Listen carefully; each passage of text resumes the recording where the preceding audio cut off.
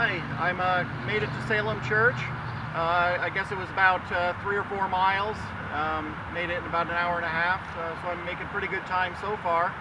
Salem Church is a small battlefield that was fought during the Chancellorsville campaign. The Union 6th Corps was left in Fredericksburg to take the heights at Mary's Height, the same battlefield that was fought in December of 1863. Of 1862. In May of 1863, the same heights were taken again.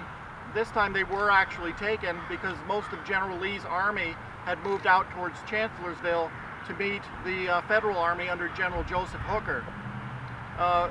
As General Hooker's forces fell back, General Lee was able to turn his army back towards Fredericksburg and meet the Federals as they came up this ridge towards this church, and the two armies met right here. You can see the church itself is full of bullet holes. I don't know if you can make those out or not, but literally the whole side of the church is pocked with bullet holes on both sides.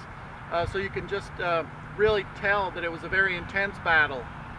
Eventually, the Confederates were able to overtake the Federals, and the Federals were about to be completely enveloped, except General John Sedgwick, of the commanding officer of the 6th Corps, was able to get his Army Corps away and head down towards the river, and they were able to cross the river down at Banks Ford and safely get the 6th Corps across and away from the Confederates, who were this close to capturing the entire Army Corps.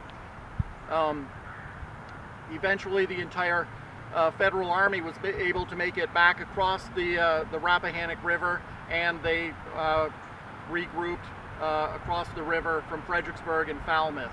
And eventually, the Confederates moved out and started heading north towards Gettysburg, and the Federals at first weren't really sure where they were going, but were eventually able to kind of put the pieces together and find out that the Confederates were moving north, and they began slowly to follow them, slowly at first, and then eventually they caught up to them at Gettysburg.